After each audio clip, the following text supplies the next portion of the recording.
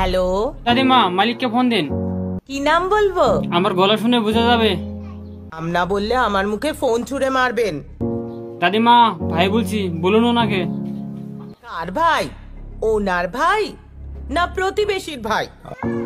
আরে আমি খালেক ভাই বলছি, ওনাকে বলুন। খালেক ভাই ফোন মেরেছে। বড় ভাই না ছোট? সেটা আপনাকে কেন বলবো?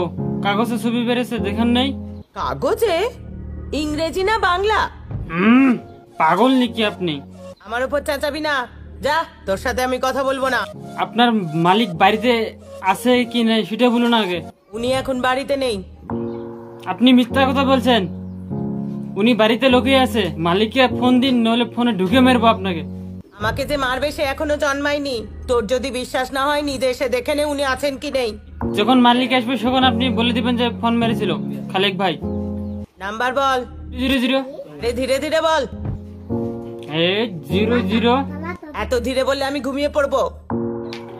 দাদিমা, আপনার মালিককে বলবেন 10 কোটি টাকা না দিলে আপনার মালিককে জানে মেরে ফেলবো। 10 কোটি? তাও তোকে? আরে 3 মাস ধরে আমি মাইনে পাইনি, তোকে কোথা থেকে টাকা দেবেন?